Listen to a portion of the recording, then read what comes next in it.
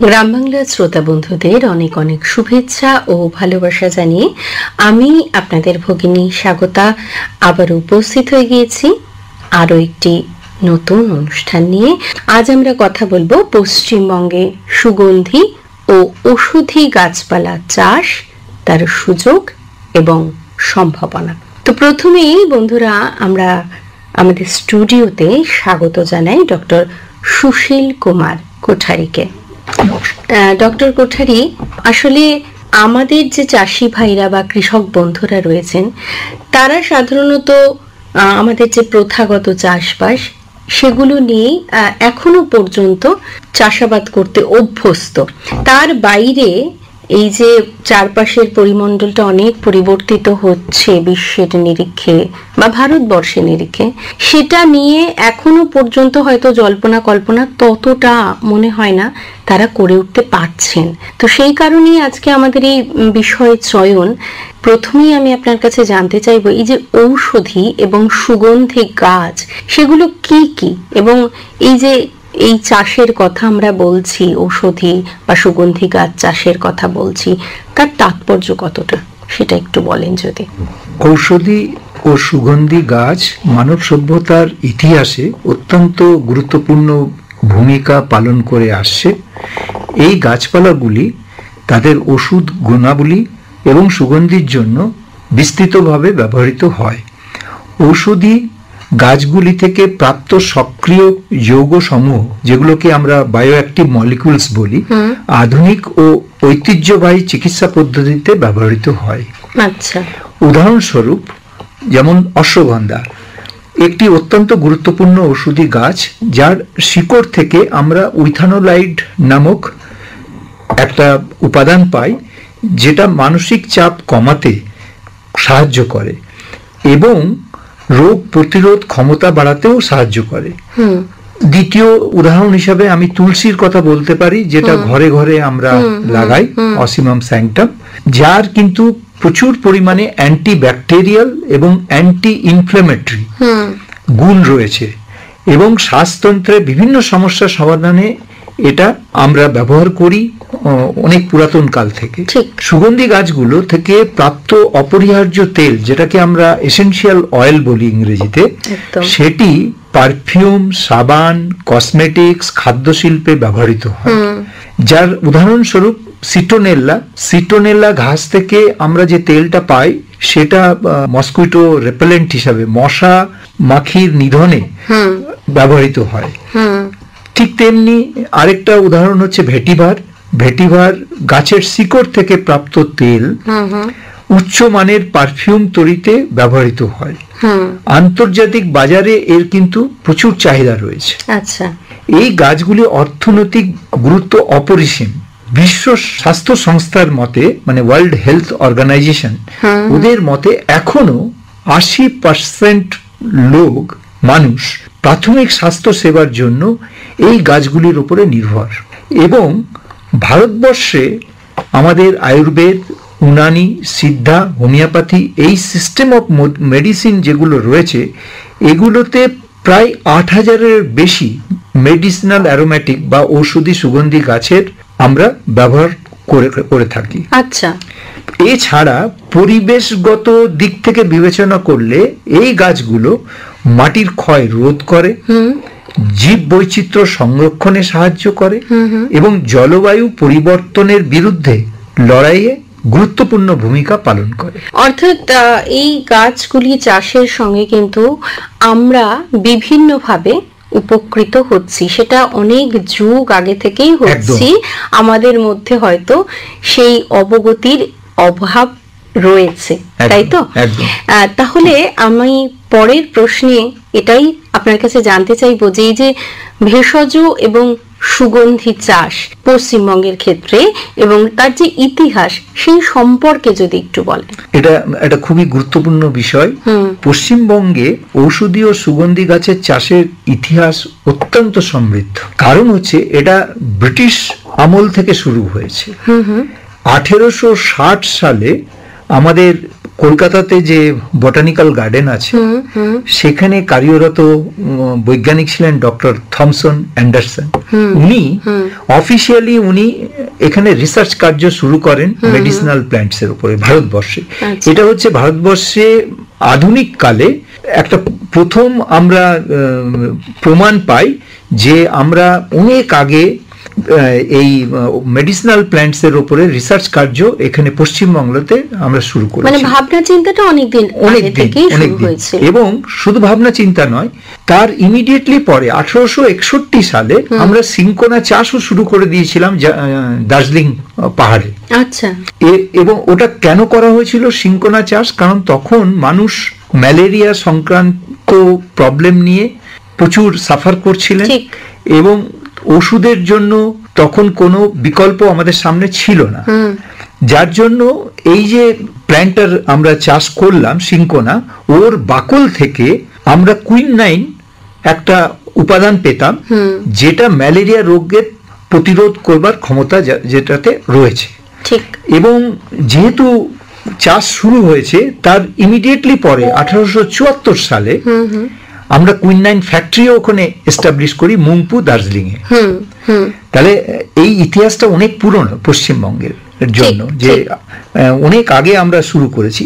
ওর পরে আরো অনেক গাছ আমরা ওখানে লাগানো শুরু করি, তার মধ্যে ইপিক্যাক প্রধান হচ্ছে। ইপিক্যাক গাছের যে রসায়নটা পাওয়া যায় তার নাম এমিটিন, যেটি আমাশা রোগকে দূর করার জন্য আমরা ইউজ করে থাকি।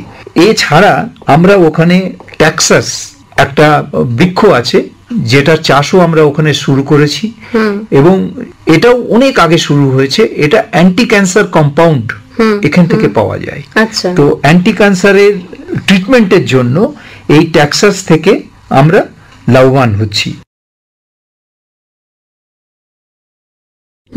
বিংশ শতাব্দীতে ভেষজ সুগন্ধি ফসল চাষের গবেষণা উৎপাদন আরো প্রাতিষ্ঠানিক রূপ লাভ করে, কারণ 1976 সালে আমরা কার্সিয়াংয়ে একটা রিসার্চ সেন্টার আমরা অফিসিয়ালি শুরু করি গবেষণার জন্য। আচ্ছা। ওখানে ডায়াসজনিন নামক একটা প্ল্যান্ট, সেটাও আমরা ওখানে কাল্টিভেশন শুরু করেছি, যেটি ইউজ হয় গর্ভ নিরোধক বড়ি তৈরি করবার জন্য। গাছও বেড়ে উঠছে, তার সাথে কিন্তু তার পাশাপাশি আগাছাও বেড়ে উঠছে এবং কীট পতঙ্গের আক্রমণও কিন্তু বাড়ছে, তো সেইটাকেও তো রোধ করা খুব দরকার। আগাছা ভেষজ সুগন্ধি ফসল চাষের একটা খুবই বড় সমস্যা। এই সমস্যাটা খালি আমাদের সুগন্ধি এবং ওষুধি ফসলের জন্য নয়, এটা সব ফসলের জন্য, এবং চাষি ভাইয়েরা এটার এই সম্বন্ধে অলরেডি ওনারা জানেন যে এটা একটা বড় সমস্যা। কিন্তু ওটাকে কিভাবে আমরা নিয়ন্ত্রণ করতে পারি তার মধ্যে কিছু জিনিস আমি চাষি ভাইদের বলতে চাই যেটা আপনারা করতে পারেন। এক হচ্ছে গ্রীষ্মকালীন জমি চাষ, যেটাকে আমরা সামার টিলেজ বলে থাকি, যা আগাছার বীজ ও কন্দ ধ্বংস করতে সাহায্য করে মাটির মধ্যে যেগুলো থাকে। মালচিং আরেকটা পদ্ধতি আছে, যেখানে খড় বা প্লাস্টিক বা জৈব পদার্থ দিয়ে মাটিকে ঢেকে দেওয়া হয়, যা আগাছা বৃদ্ধি রোধ করে এবং মাটির আর্দ্রতা সংরক্ষণ করে। এটা ছাড়া হ্যান্ড উইটিং, হাত দিয়ে আগাছা পরিষ্কার করা, এটা আমাদের চাষি ভাইরা খুবই ভালো করে জানেন। ওটা আরেকটা প্রসেস আছে যেটা আমরা করে থাকি। আর বড় চাষিদের জন্য আমি বলবো হার্বিসাইড, যেটা pre emergence, post emergence herbicide যেগুলো বাজারে অ্যাভেলেবল আছে, এগুলো আমাদের অ্যাগ্রো টেকনোলজি প্যাকেজে আমরা সমস্ত প্রত্যেক ক্রপের জন্য, ফসলের জন্য কোন হার্বিসাইড দিতে হবে, কি মাত্রাতে দিতে হবে, কখন দিতে হবে, এগুলো সবই আমরা অলরেডি ওখানে লিখে রেখেছি। তো সেগুলো নিয়ে আপনারা হার্বিসাইডকেও ইউজ করতে পারেন আগাছা নিয়ন্ত্রণের জন্য। এবং পোকামাকড়ের যে নিয়ন্ত্রণের আরেকটা আপনি যে কথা বললেন, ওটাও একটা গুরুত্বপূর্ণ বিষয়। কিন্তু এখানে আমি সর্বপ্রথমে এটা বলতে চাই যে সাধারণ ফসলে পোকামাকড়ের যে উপদ্রব আমরা দেখতে পাই তার তুলনায় ঔষধি এবং সুগন্ধি ফসলে উপদ্রবটা অনেক কম। এটা তো খুব আশার খবর, খুব একদম আশার খবর। তার কারণ হচ্ছে এই গাছগুলিতে যে উপাদানগুলো রয়েছে সেগুলো একভাবে এই পোকামাকড়কে গাছের কাছে আসতে দেয় না। বাহ। ওটা ছাড়া কিছু জিনিস আমরা কিছু গাছে আমরা দেখেছি, যেমন হচ্ছে ছত্রাকজনিত রোগ, পাউডারি মিলডিউ যেটাকে বলে, বা হচ্ছে অ্যাফিড, মাইট, লিফ অফার, এই ধরনের ইনসেক্টস মানে পোকা, সেগুলোকেও আমরা কিছু জায়গাতে আমরা দেখতে পাই। তো তাদের নাশ আমরা করতে পারি যে রেকমেন্ডেড আমাদের যে পেস্টিসাইড গুলো রয়েছে সেগুলোকে ইউজ করে। কিন্তু আমরা এই মেডিসিনাল অ্যারোমেটিক প্ল্যান্টস বা সুগন্ধি ফসলের জন্য আমরা কিন্তু এটাকে রেকমেন্ড করি না যে এই ধরনের ওষুধগুলোকে ইউজ করা হোক। তার কারণ হচ্ছে এগুলো আমরা ওষুধ হিসাবে ইউজ করি এবং ওটাতে হয়তো কেমিক্যাল রেসিডিউ থাকতে পারে। তো সেই জন্য আমরা অর্গানিক কাল্টিভেশনের প্রসেসের হিসাবে আমরা চাষি ভাইদেরকে আমরা বলবো যে যত কম সম্ভব ওটাকে আপনারা ইউজ করুন। ওটা ছাড়া কিছু দূরে থাকতে হবে, হ্যাঁ, রাসায়নিক থেকে দূরে থাকতে হবে। এবং কিছু এমন জিনিস আমি বলছি যেগুলোকে প্রয়োগ করুন, করলে পারে আপনি ওর থেকে গাছপালাকে নিয়ন্ত্রণ করতে পারবেন।